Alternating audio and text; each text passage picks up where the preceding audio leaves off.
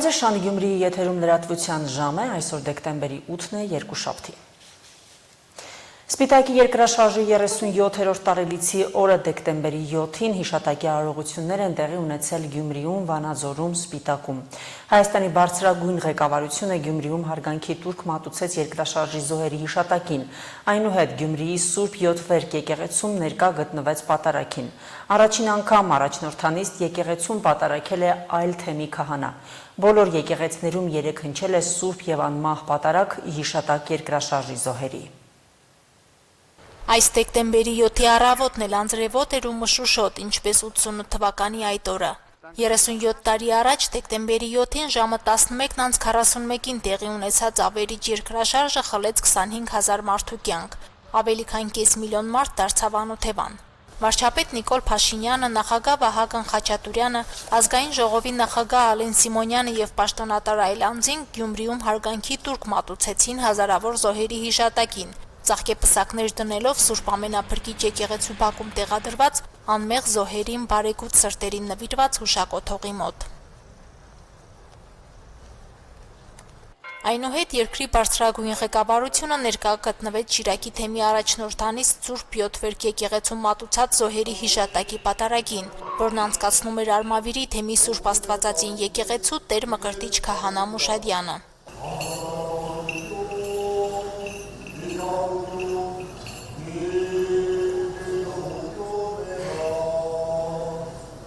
Այսօր դեկտեմբերի 7-ին կրկին համախմբվել են Շիրակի թեմի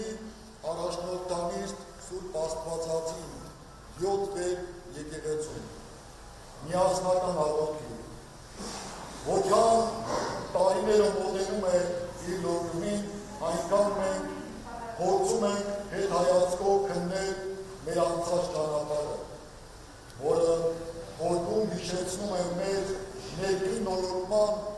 և սրտի վերակերպման անհրաժեշտության մասին։ Գյումրիի կենտրոնական հրապարակում դեմ դիմաց երկու զորավոր եկեղեցիներն են Սուրբ Ամենափրկիչն ու Սուրբ Աստվածածինը։ Երկուսում էլ զուգահեռ պատարագ էր հնչում զոհերի հիշատակի համար։ Եկեղեցական նույն կարգով, բայց տարբեր կանոններով էին պատարագները։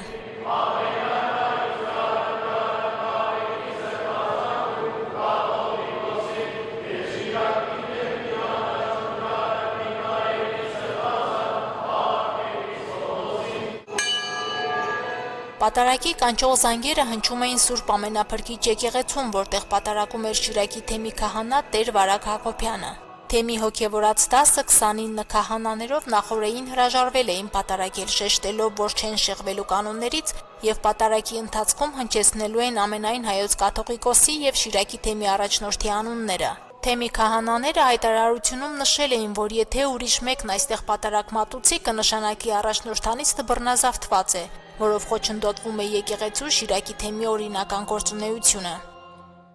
Բիրտ ուժով արված պատարագը պատարագ չէ։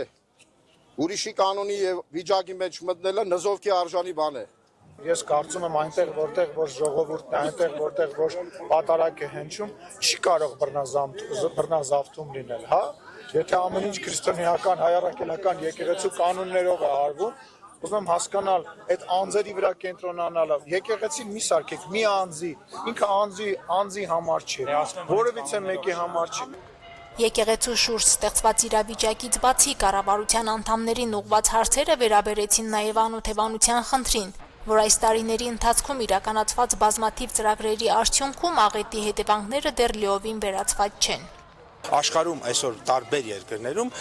ցավոք սրտի այդպիսի երկրաշարժեր արձանագրվում են, այդպիսի ուժգնությամբ, բայց ոչ միտեղ այդքան ավերվածություն ես գոնե չեմ տեսել։ Հետև պատճառը ո՞րն է։ Պատճառը նա է, որ 80-ականներին ցեմենտը գողացել են, երկաթը գողացել են, ամեն ինչ գողացել են։ Անօթևանության խնդրի լուծման վերջնաժամկետը հայտարարվել 2027 թվականը։ Գյումրիում հաշվառված 2519 տնակից միայն 385-ում են ապրում անօթևանի կարգավիճակ ունեցող ընտանիքներ, մյուսները կարգավիճակ չունեցող փաստացի անօթևաններ են։ Մարինե Տերբինյան, Արթուր Մելիքյան, Հորիզոն։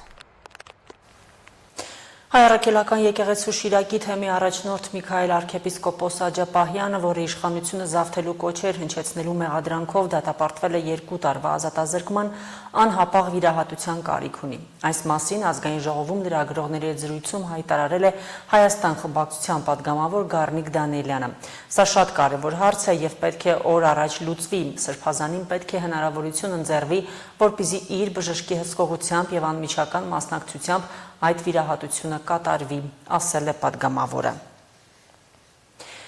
Գյումրու զանգվածային անկարգությունների դեպքով 2 անձի նկատմամբ խափանման միջոցներ են սահմանվել։ Նրանցից մեկի Վարդան Ղուկասյանի օգնական Կարապետ Ղուկասյանի նկատմամբ որպես խափանման միջոց է կիրառվել կալանքը,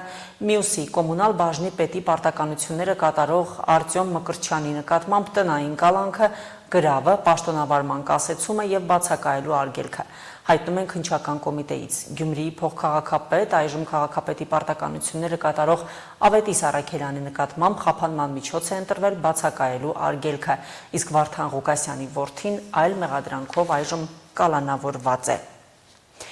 37 տարի անց շարունակում ենք խոսել Գյումրիի անօթևանության խնդրից։ Մասնագետների վերլուծություններով 88-ի երկրաշարժին սպիտակն ավերվել է 100%-ով, իսկ լենինականը 60%, բայց բնակչության թվով եւ եղած ենթակառուցվածքներով պայմանավորված մարդկային ու նյութական վնասները անհամեմատ մեծ էին այս քաղաքում։ Գյումրիում փլուզվել է 21500 բնակարան։ Այս տարիների ընթացքում կառուցվել է 23000-ից ավելին,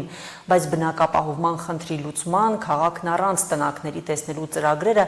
անվերջ անավարտ են։ 2023 թվականի հաշվառման տվյալներով Գյումրիում այս պահին դեռ 2519 տնակ ու ժամանակավոր կացարան կա։ Գյումրիում հաշվառված տնակների թիվն այս պահին մոտ 3 անգամ ավելին է, քան անօթևանի կարգավիճակ ունեցող իրենց բնակարանի հերթին սպասող ընտանիքներինը։ Վերջին հաշվառման տվյալներով քաղաքի երեսին մնացած 2519 տնակներից, սակայն ոչ բոլորն են բնակեցված։ Իսկ բնակեցվածներից ոչ բոլորում են ապրում անօթևանի կարգավիճակով ընտանիքներ, որոնց մի մասն էլ այլ բնակավայրերից է եկել տնակում բնակվել։ Բայց 37 տարի հարցը չկարգավորելու ամենալուրջ պատճառը մնում է կորցրած բնակարանի դիմաց նույն մակերեսով փոխհատուցման որոշումը։ Անօթևան ընտանիքները դարձել են բազմանդամ, բայց փոխհատուցում ստացել են 1 կամ 2 սենյականոց բնակարան, որտեղ չեն տեղավորվել։ Մի մասը գնացել է, մյուսը շարունակում է ապրել տնակում։ Կիսված ընտանիքներ, բնակարանները վաճառած ընտանիքներ, հատկապես բնակարանների գնման վկայագրով բնակարաններ գնած ընտանիքներ, որոնք մենք ենք տեղյակ, թե ինչ ճանապարհով այդ ԲԳՎ-ն իրացրեցին, դրանք ելի մնացին տնակների մեջ։ Հրաժարման ԲԳՎ-ից ոչ անօթևանները հենց դրանք են։ Անօթևանի կարգավիճակ չունեցող, բայց փաստացի անօթևան 2134 ընտանիքների պատմությունները տարբեր են, ընտանեկան կարգավիճակները նույնպես։ Թե ինչպես են նրանք հայտնվել կամ մնացել տնակում, բոլոր այս պատճառները հաշվառման ընթացքում 2022 թվականին ստեղծված հանձնաժողովն ուսումնասիրել է։ Գյումրեցի Հակոբյանների ընտանիքի պատմությունը նման է այն հազարավորներին, որոնք ստիպված են մնացել ժամանակավոր կացարանում։ 88-ի երկրաշարժին մեկ սենյականոց բնակարան են կորցրել։ Այդ ժամանակ ընտանիքը 5 անձից էր բաղկացած։ Այժմ բազմանդամ են։ 2012 թվականին ստացել են մեկ սենյականոց 47 քառակուսի մետր մակերեսով բնակարան, որտեղ 9 անձով ապրելն անհնար էր։ Մեկ սենյականոց 9 անձ։ Ես եղավ որ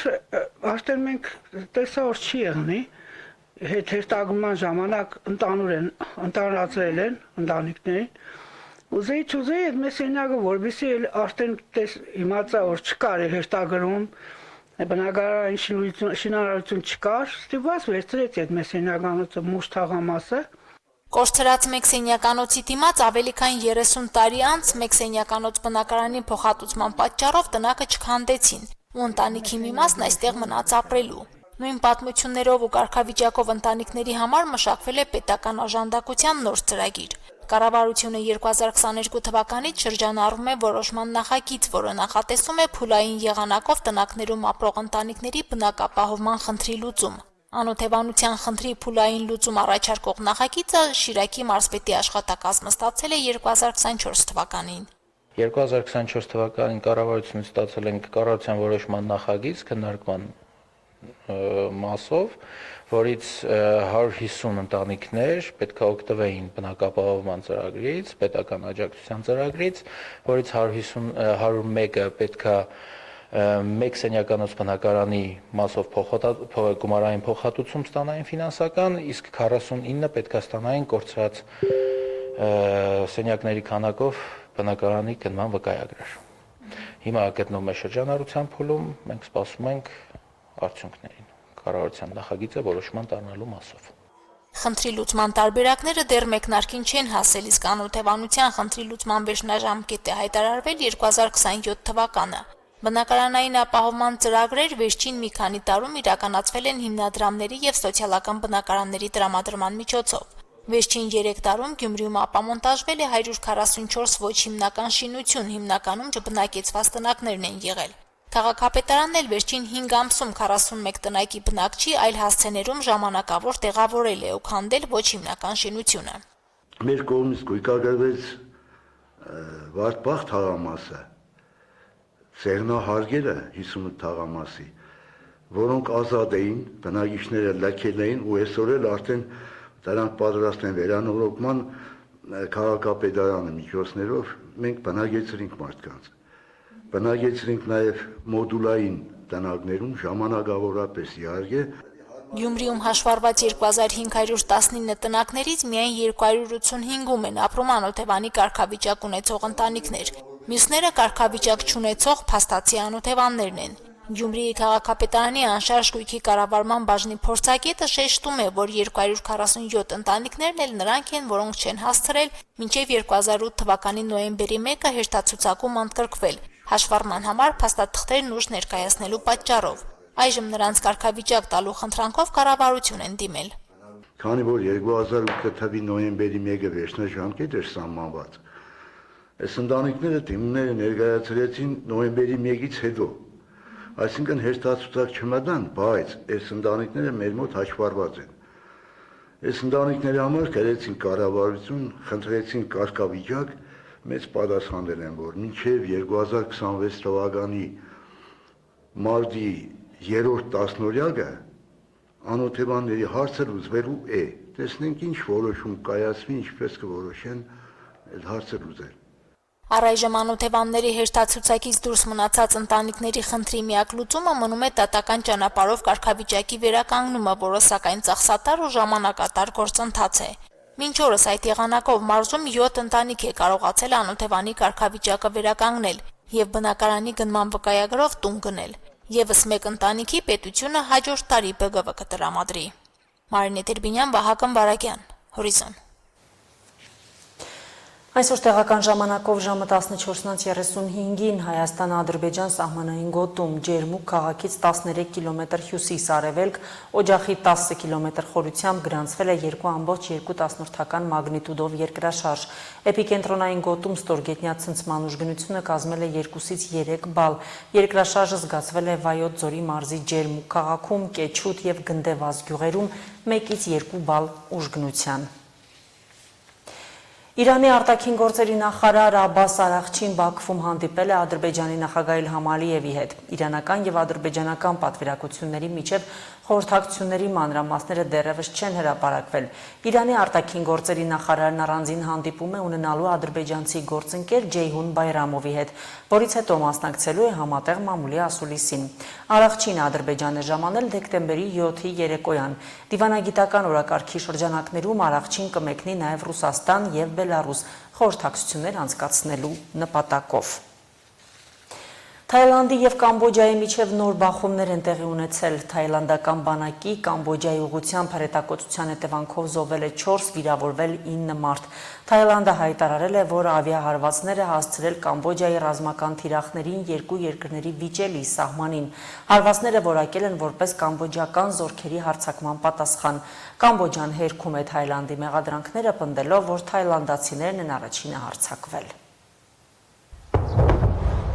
Թայլանդի եւ Կամբոջայի միջև վիճելի սահմանի երկու կողմերում գտնվող տասնյակ հազարավոր քաղաքացիական անձինք տարհանվում են երկու երկրների միջև նոր բախումների հետևանքով։ Կամբոջայից նկարահանված այս տեսանյութը ցույց է տալիս, թե ինչպես են քաղաքացիական անձինք դուրս գալիս, նրանցից շատերը տրակտորներով։ Թայլանդի վարչապետը Բանգկոկի կառավարական տանը հրավիրել է անվտանգության աշխատակիցների արտակարգ խորհրդակցություն Կամբոջայի հետ սահմանին իրավիճակի սրման պատճառով։ Իսկ ԱՄՆ նախագահ Դոնալդ Թրամփը հիասթափություն է հայտնել Վլադիմիր Զելենսկիից Ուկրաինայում հակամարտությունը կարգավորելու համար ԱՄՆ վարչակազմի կողմից պատրաստած խաղաղության համաձայնագրի նախագիծը դեռևս չքննարկելու համար։ Թրամփը նշել է, որ Զելենսկու շրջապատը չափազանց գոհ է ամերիկյան կառավարության առաջարկից։ Նա հավելել է, որ վստահ չէ, թե արդյոք Զելենսկին գոհ է Վաշինգտոնի առաջարկած համաձայնագրից, հավելելով, որ ինչ-որ մեկը պետք է բացատրի, թե ինչու Զելենսկին դեռ չի վերանայել համաձայնագրի մանրամասները։ ԱՄՆ պաշտպանության նախարարության բյուջեի նախագծում 2026 եւ 2027 թվականներին Ուկրաինային աջակցելու համար հատկացվելու է տարեկան $400 միլիոն։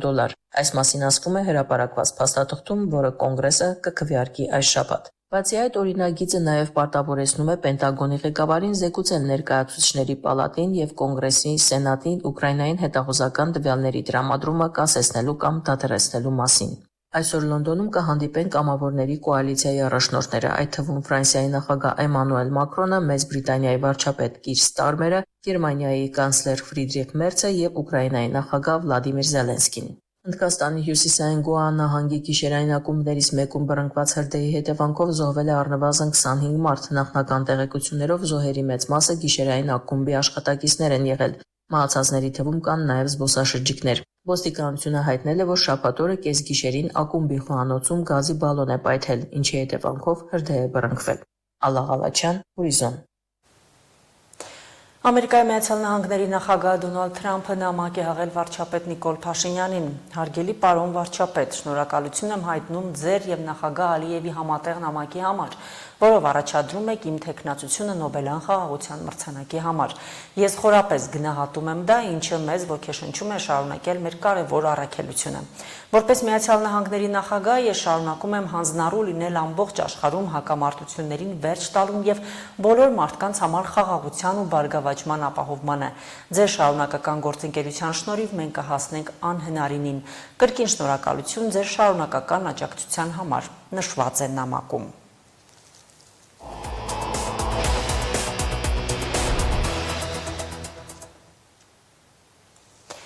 88 երկրաշարժի զոհերի հիշատակին Միսար սիմֆոնիկ նվագախումբ երգչախմբի կատարմամբ հնչել են Կոմիտասի, Վիվալդիի եւ այլ հեղինակների գործեր, որոնք երգեհոնային նվագակցությամբ էին։ Միջոցառումն անցկացվել է Գյումրիի ընտանիք կենտրոնում, որտեղ հատուկ ծրագրով երգեհոնի դասեր են անցկացվում։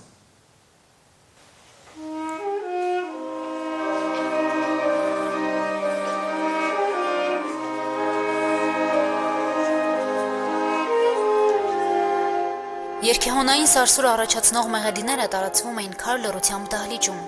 հնչում որպես միաձայն աղոթք իր հիշատակ երկրաշարժի 25,000 զոհերի։ 37 տարի անց էլ այդ աղետը տեսած սերնդի համար չջնջվող հիշողություն է։ Երգեհոնի ամեն մի նոտայի հետ յուրաքանչյուրի մտքում նույն աղոթքներ ու խնկարկումը ողորմի Աստված։ Տարիներ հետո գյումրվա լեզվով ասած թասիբը իր տեղը գտավ։ Ճիշտ է, մարդիկ հարության նման զգացում ունեցան, շատերի երեխաներ ունեցան,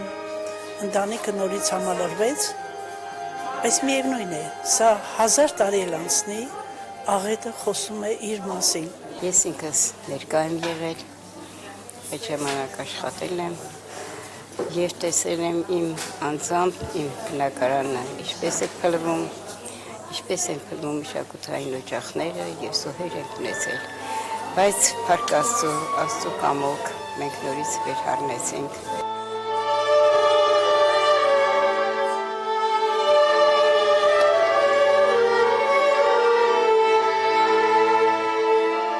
Ութսունութի աղետը հարազատ քաղաքին կարճած մնալու, կյանքի դժվարությունները հաղթահարելու դասեր է տվել գյումրեցիներին։ Երաժշտության լեզվով խոսեց 37 տարիների հետահայացը, որով անցել են հիշատակի համերգին ներկաները։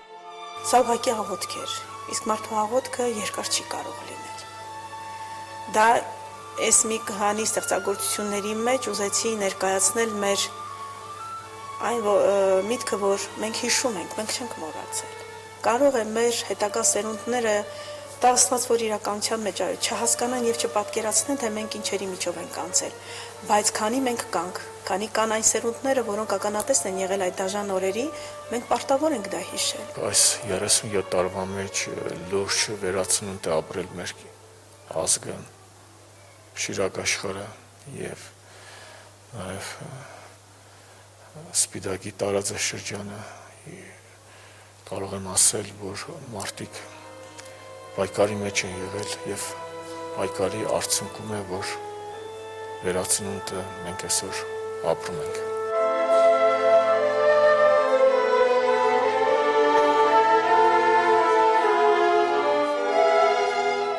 Համերգացանկը ընտրվել ու մշակվել էր Երգեհոնի, այս հզոր սեղնաշարային գործիքի ներուժը բացահայտելու համար։ Երգեհոնի հնչյուններն անպակաս են եկեղեցական արարողությունների, ժամերգությունների, պատարակների ժամանակ։ Հոգևոր երգն ու երաժշտությունն ավելի քան ազդեցիկ է դառնում երաժշտական գործիքների թագուհի համարվող Երգեհոնի նվագակցությամբ։ Ընտանիք կենտրոնի էլեկտրոնային երգեհոնը, որը բերվել է Փարիզից, ճանաչված երգեհոնահարուհի Գյումրեցի Նարինե Սիմոնյանի նվերդ է կենտրոնին։ Երգեհոնը, գիտեք, ինքը ստեղնաշարային է, բայց ինքը համարվում է փողային գործիք, որովհետև ինքը իր ամբողջ ձայնը դուրս է գալիս այդ տրուբաների միջից։ Այստեղ որ բացեք, կտեսնեք, որ այդտեղ տրուբաներ կա, որոնց միջից դուրս է գալիս հենց ձայնը։ Երգեհոնի հնչյունների տակ մի քիչ այլ է, էլի, շատ ավելի հարուստ է երգեհոնը, որովհետև ինքը ամբողջ մի օրկեստրի ձայն է հանում։ Եղավ այն, որ մեր միջոցով, ինչի չէ, նաև սիմֆոնիկի միջոցով բարձրաձայնենք, որ քաղաքում այլևս կա այս գործիքը եւ պետք է այս գործիքը օգտագործել իշա մեր երիտասարդների ավելի գրագե զարգացման։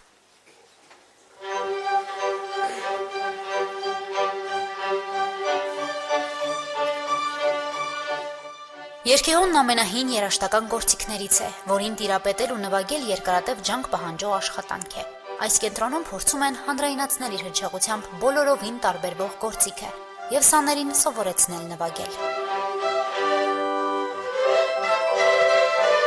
Հասմիկ Թումասյան, Արարատ Ծատուրյան, Հորիզոն։ Այժմ հեռահոսն այսպիսին էր, նորություններից սպասեք մեր հաջորդ թողարկումներում։